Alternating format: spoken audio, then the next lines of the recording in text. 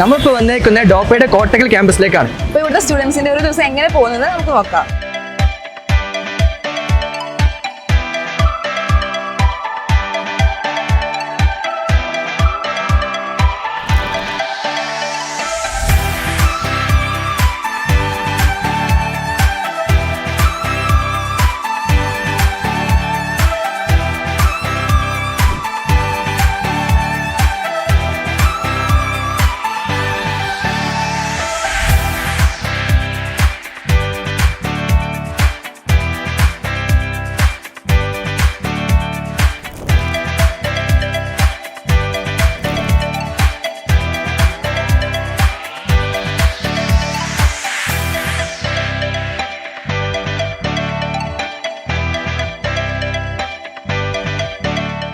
ഇതാണ് നമ്മുടെ library. Students ഇടയ്ക്കിടെ റെഫർ ചെയ്യാൻ വരുന്ന ഹാൾ ഇതാണ്.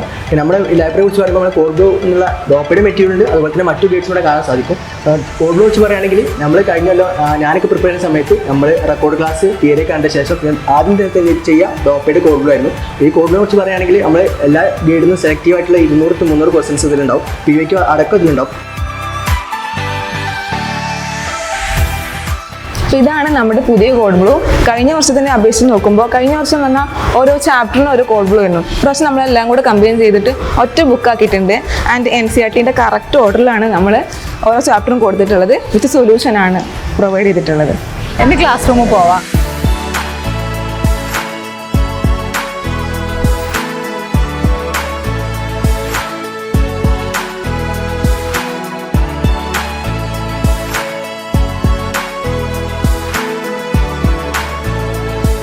എടാ, നമ്മുടെ ഈ വർഷത്തെ ടോപ്പേഴ്സ് ഇവിടെ വന്നിട്ടുണ്ട്. സെലീലും പിന്നെ തെഷ്ഫിയ എന്ന് പറഞ്ഞ സ്റ്റുഡൻറ്റും. അപ്പോൾ നിങ്ങളെ കാണാനും നിങ്ങൾക്ക് എന്തെങ്കിലും ഡൗട്ട്സോ കാര്യങ്ങളോ ഉണ്ടെങ്കിൽ അവരായിട്ട് ക്ലിയർ ചെയ്യാം. ആ ഒരു ചെറിയൊരു ഇൻട്രാക്ഷന് വേണ്ടിയിട്ടാണ് അവർ വന്നിട്ടുള്ളത്. ഞാൻ എന്തായാലും അവരെ വിളിക്കാം. ഓക്കെ.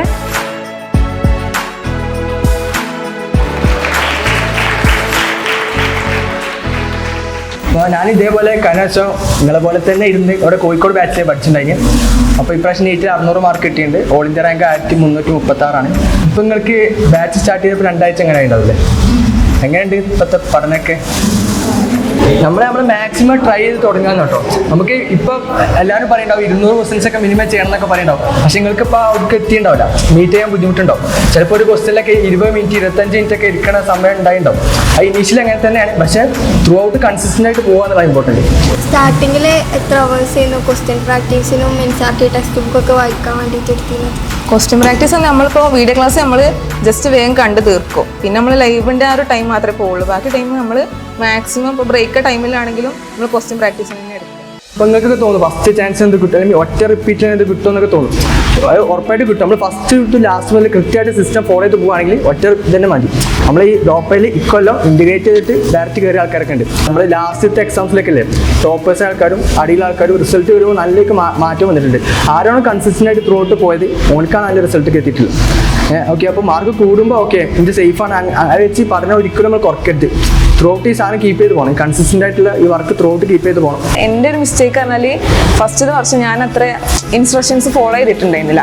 തുടക്കത്തിലൊന്നും ആഷിഖ് സാർ ഇപ്പോൾ മോർണിംഗ് മീറ്റിൽ കുറേ കാര്യങ്ങൾ പറഞ്ഞിരുമ്പോൾ നമുക്കത് അക്സെപ്റ്റ് ചെയ്യാൻ ഭയങ്കര ബുദ്ധിമുട്ടാണ്. കാരണം നമ്മൾ ആ ഒരു സ്കൂളിൻ്റെ മെത്തേഡ് ഫോളോ ചെയ്ത് നിന്ന ആൾക്കാരാണല്ലോ. നമുക്ക് ഇതൊരു പുതിയ സിസ്റ്റം. അപ്പോൾ ഇത് ഇങ്ങനെയാണ് ഞാൻ ഇത്രയും കാലം ഇങ്ങനെയാണല്ലോ ചെയ്തത്, ഇത് ഇവർ പറഞ്ഞ പോലെയല്ല, ഞാൻ ചെയ്താലും ശരിയാവും, ആ ഒരു തോട്ട് വരും. അങ്ങനെയാണ് എൻ്റെ ഫസ്റ്റ് ഡ്രോപ്പ് ഇതായത്. ഇപ്പോൾ നിങ്ങൾ ഡേ സ്കൂളേഴ്സ് ആയതുകൊണ്ട് നിങ്ങൾക്ക് ഇവിടെ ഇവിടുന്ന് പോയാൽ പിന്നെ നിങ്ങൾ നോക്കാൻ ആരുമില്ല. നിങ്ങൾക്ക് നല്ലൊരു സെൽഫ് കൺട്രോൾ വേണം. ഫോണായാലും വീട്ടുകാരാണെങ്കിലും ഫങ്ഷൻസ് ആണെങ്കിലും അതിനൊക്കെ ഒരു ലിമിറ്റ് വെച്ചിട്ട് അവർക്ക് തരാൻ പറ്റുന്ന ഒരു പരിധി ഉണ്ട്. ബാക്കി നമ്മൾ എഫേർട്ട് എടുക്കണം. നമ്മൾ ആഷിഖ് സാർ എപ്പോഴും പറയും ഒരു ഇൻസ്റ്റിറ്റ്യൂഷന് ഒരു 30% കൊടുക്കാൻ പറ്റുള്ളൂ, ബാക്കി 70% നമ്മൾ ഇടണം. ഇപ്പോൾ വീട്ടിൽ പോയിട്ട് പറ്റുന്ന അത്രയും. ഇപ്പോൾ ഇവിടുത്തെ കോഡ് ബ്ലൂ കഴിഞ്ഞാൽ വേറെ ഗൈഡ് കാര്യങ്ങളൊക്കെ ഉണ്ടാവുമല്ലോ, അതൊക്കെ ചെയ്യുക. പറ്റുന്ന അത്രയും ക്വസ്റ്റ്യൻ ചെയ്യുക. റിവിഷൻ എക്സാമും ഗ്രാൻഡ് എക്സാമും വരുന്ന സമയത്ത് എങ്ങനെയാണ് ചാപ്റ്റേഴ്സ് റിവൈസ് ചെയ്തിരുന്നത്? അതായത് ഇപ്പോൾ ഗ്രാൻഡ് എക്സാം റിവിഷൻ എക്സാം നമുക്ക് ഓൾറെഡി ഒക്കെ ചാപ്റ്റർ ഉണ്ട് മനസ്സിലാവുമല്ലോ, പറഞ്ഞുതരും. അപ്പോൾ എക്സാമിന് തലേന്ന് അല്ലെങ്കിൽ ഒരാഴ്ച മുമ്പ് ഇരിക്കണ പകരം ഇപ്പോൾ ഗ്രാൻഡ് എക്സാം 15 അങ്ങനെയൊക്കെ ആയിരിക്കും വരിക. അപ്പോൾ ആ മാസത്തിന്റെ തുടക്കത്തിൽ തന്നെ ആ ചാപ്റ്റർ തുടങ്ങുമ്പോൾ തന്നെ അത് പ്രാക്ടീസ് ചെയ്ത് പോകുമ്പോൾ ഇത് ഗ്രാൻഡ് എക്സാമിനും കൂടെ ഉള്ളതാണ് എന്നുള്ളൊരു ഓർമ്മ കാണാം. ഇപ്പോൾ ഒരു ചാപ്റ്റർ കഴിഞ്ഞ് അടുത്ത ചാപ്റ്റർ എടുക്കുമ്പോൾ പഴയ ചാപ്റ്റർ ഒന്നും കൂടെ ഇടയ്ക്കൊന്ന് റിവൈസ് ചെയ്ത് പോവുക. അപ്പോൾ ഗ്രാൻഡ് എക്സാം വരുമ്പോൾ നമുക്ക് എത്ര ചാപ്റ്റർ ഉണ്ട് അത് പരമാവധി റിവൈസ് ചെയ്ത് പോയിട്ട് നമുക്ക് നല്ലപോലെ എക്സാം എഴുതാം.